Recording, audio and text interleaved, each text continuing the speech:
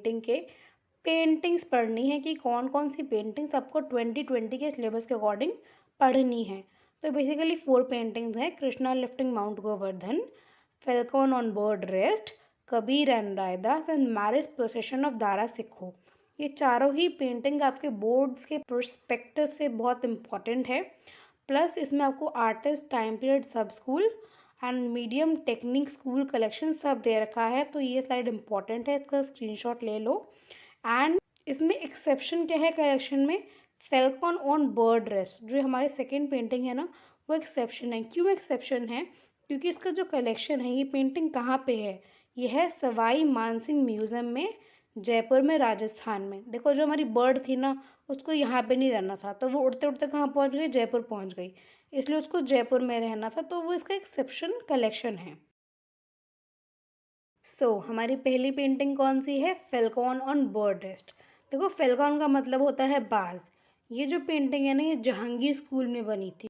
देखो ये याद करने के लिए ना कि ये सब स्कूल इसका जहांगीर स्कूल था और जहांगीर से रिलेटेड ये पेंटिंग है। तो ऐसे समझ लो कि जहांगीर के टाइम पे ना किंगडम में सांप बहुत थे, तो उसको मारने के लिए जहांगीर ने अपने पास क्या, फेल्कॉन रखे थे। ये बहुत ही दुख भरी पेंटिंग है। क्यों पेंटिंग दुख भरी है? क्योंकि ना जहांगीर को बाज बहुत पसंद थे। उनको एक गिफ्ट कर दिया, एक एम्परर ने, पर्शियन एम्परर ने उनको एक बाज गिफ्ट कर दिया। लेकिन क्या हुआ, जो बिल्ली थी उसने बाज को मार दिया। उसी के दुख में ना जहांगीर ने अपने बेस्ट पेंटर को बोला कि भाई उसकी याद में, उस फेल्कॉन की याद में एक पेंटिंग बनाओ, जिसको वो अपने जहांगीर नामा जो उनकी ऑटोबायोग्राफी थी उसमें प्रिजर्व करके रखेंगे। उसी के ऊपर ये पेंटिंग बनी है। आर्टिस्ट कौन है, उस्ताद मंसूर। सब स्कूल कहाँ है, जहांगीर स्कूल। पीरियड कहाँ है, 1618 से 1619 AD में। जहांगीर ना बहुत ही कीन फेल्कॉनर, मतलब उनको फेल्कॉन मतलब बाज बहुत पसंद थे। प्लस वो क्या करते थे, वो ना मतलब स्पेसिमेन का मतलब होता है नमूना, तो फेल्कॉन के ना मॉडल्स रखना अलग अलग जगह से उनको बहुत ज़्यादा पसंद था।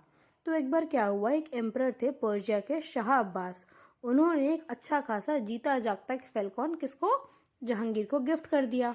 फेल्कॉन ऑन बर्ड रेस्ट, मतलब फेल्कॉन तो थी लेकिन वो मर गई, अब रेस्ट पे है, रेस्ट इन पीस वाला है ना, वही रेस्ट पे है वो। तो फेल्कॉन को किसने, बिल्ली ने मार दिया। तो जहांगीर ने क्या बोला उस्ताद मंसूर को कि भाई इसकी याद में ना एक पेंटिंग बना दो, जिसको मैं प्रिजर्व करके रखूँगा जहांगीर नामा में। तो पेंटिंग में उन्होंने क्या क्या दिखाया, ग्रेट रियलिस्टिक, काफ़ी अच्छे तरीके से, सुंदर रियल तरीके से दिखा दिया कि भाई जहांगीर को तो इस पेंटिंग में उनकी रियल फेल्कॉन दिख ही जाए। ठीक है। और white against yellow background, white कैसे, ये जो आप आगे पेंटिंग में देख रहे हो फेल्कॉन में, आगे वाइट है और पीछे येलो है। ब्राउन डिटेल्स, फोल्डेड विंग, जो फोल्ड विंग्स जो आप देख रहे हो ये कैसे फोल्डेड विंग्स है ना, बर्ड के विंग्स तो देखे ही हैं, वैसे फोल्डेड विंग्स हैं।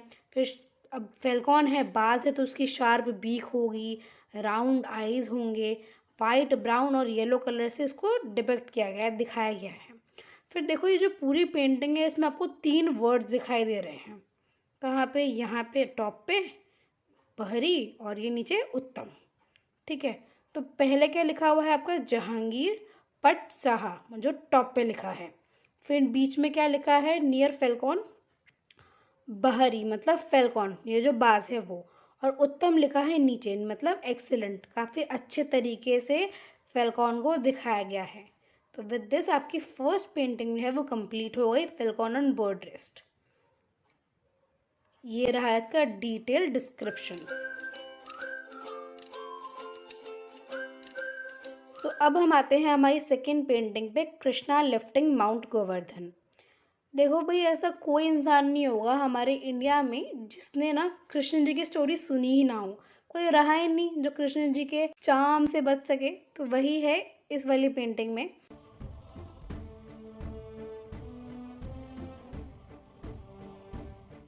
आगे बढ़ो मेरे योद्धाओं, ये तूफान तब तक थमना नहीं चाहिए जब तक वृंदावन पूरी तरह पानी में डूब न जाए। तो जैसा कि आपने वीडियो में देखा वही है इस पेंटिंग में भी।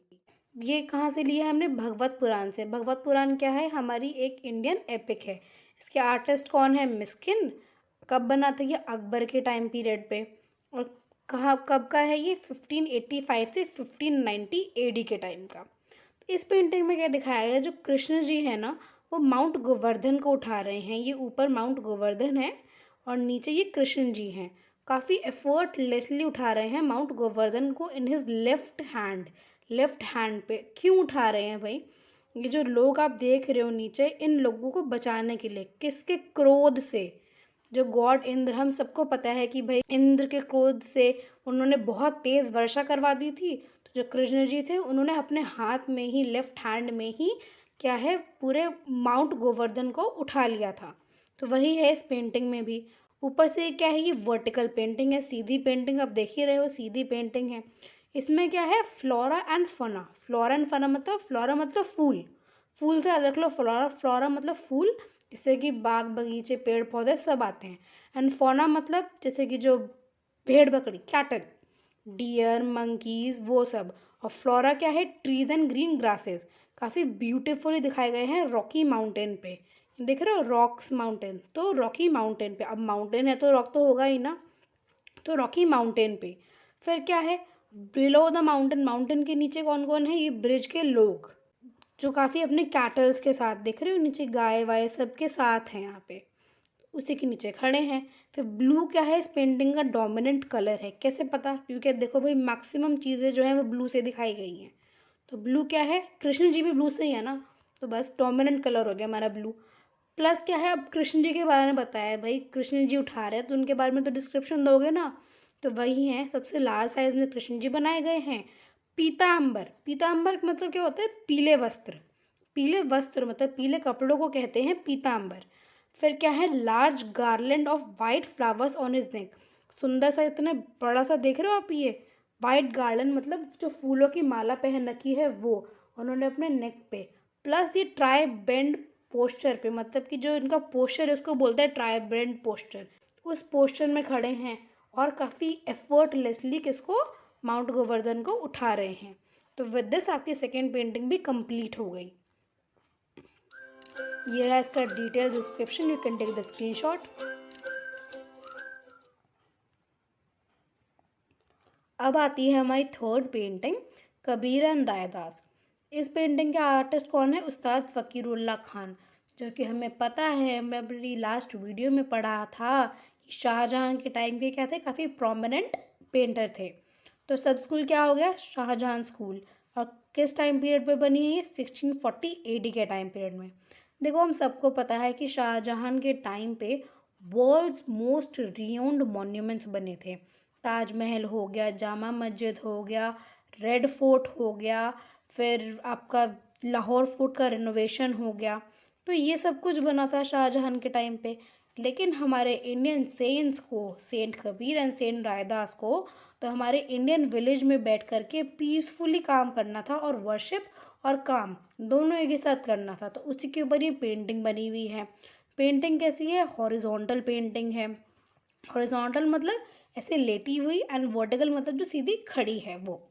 ठीक है। सेंट कबीर क्या है, वो अपने हट के साइड में, मतलब ये जो पीछे झोपड़ी है उसके साइड में बैठे हैं और हैंडलूम जो वीव कर रहे हैं हैंडलूम को। फिर क्या आता है, सेंट रायदास जो है उनके साइड में बैठे हैं, उनके क्लोज बैठे हैं। और ये दोनों किस पे बात कर रहे हैं, स्पिरिचुअल सब्जेक्ट मतलब कि रिलीजियस सब्जेक्ट पे बात कर रहे हैं। इनके हिसाब से ये लोग क्या है, वर्क और वर्शिप, काम और पूजा एक साथ ही चलना चाहिए, हैंड टू हैंड, कि भाई हम बात भी करते रहेंगे और काम भी होता रहेगा। तो काफ़ी पीसफुल इंडियन विलेज को डिपिक्ट किया गया है इस पेंटिंग के अंदर। कैसे पता चल रहा है हमें, हमने हट देख लिया, पीछे देखो माउंटेन, ट्रीज, ये सब हमें पता चल रहा है कि भाई ये इंडियन विलेज ही है। फिर क्या है, हट दिखाया गया है, लैंडस्केप दिखाया गया है, ब्रिलियंट विलेज दिखाया गया है। कलर्स कौन से यूज़ किए गए हैं, ब्राउन कलर्स यूज़ किए गए हैं। और बॉर्डर है ना, बॉर्डर पे आप देख सकते हो ब्लू कलर का यूज़ किया गया है। फिर काफ़ी अच्छे पर्सपेक्टिव से पूरी हर एक चीज़ को, हट को दिखाना, बैकग्राउंड का डिपिक्शन, पीछे माउंटेन, ट्रीज, इनका डिपिक्शन काफ़ी अच्छे ब्रिलियंट तरीके से किया गया है। फिर इसमें क्या है, जो मुगल्स का जो काफ़ी अच्छा सेक्युलर नेचर देखने को मिला। कैसे पता चला भाई, वो मुगल्स थे लेकिन वो फिर भी हमारे इंडियन विलेज के बारे में, सेंस के बारे में दिखा रहे हैं। तो इससे पता चला कि भाई जो मुगल का एटीट्यूड है इस पेंटिंग के वर्ड्स, वो काफ़ी क्या है, अच्छा है, मतलब है, सही है भाई। तो यही इस पेंटिंग में था। ये रहा इसका detail description, you can take the screenshot.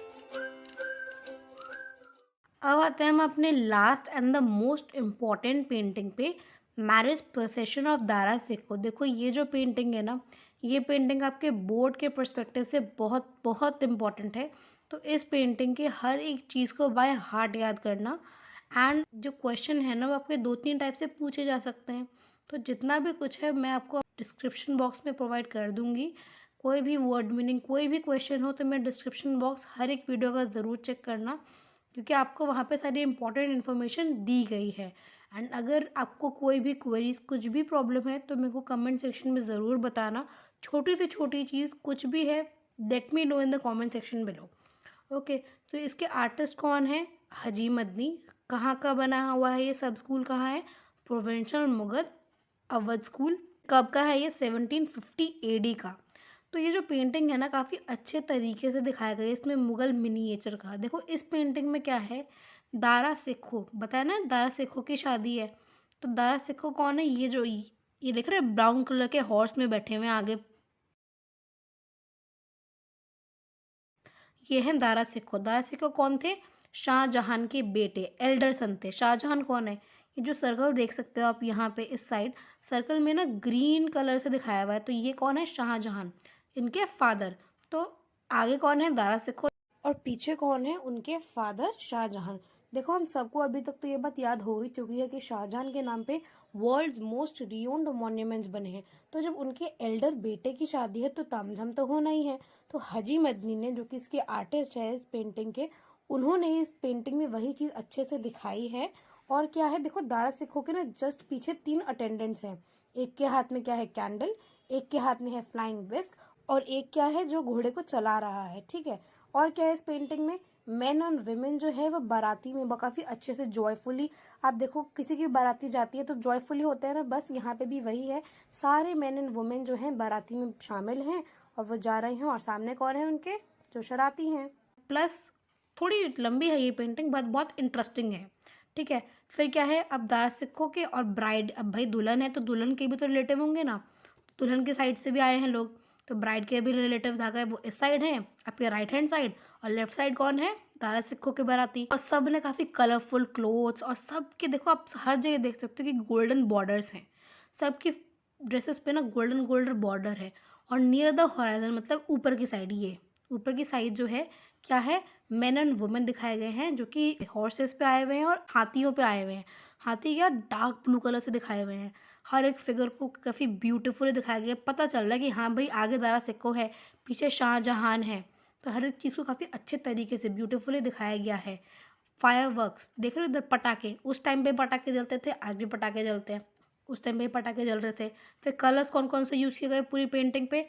White, red, green, मैव, golden blue, turquoise blue and touch of gorgeous black, black का हल्का सा टच।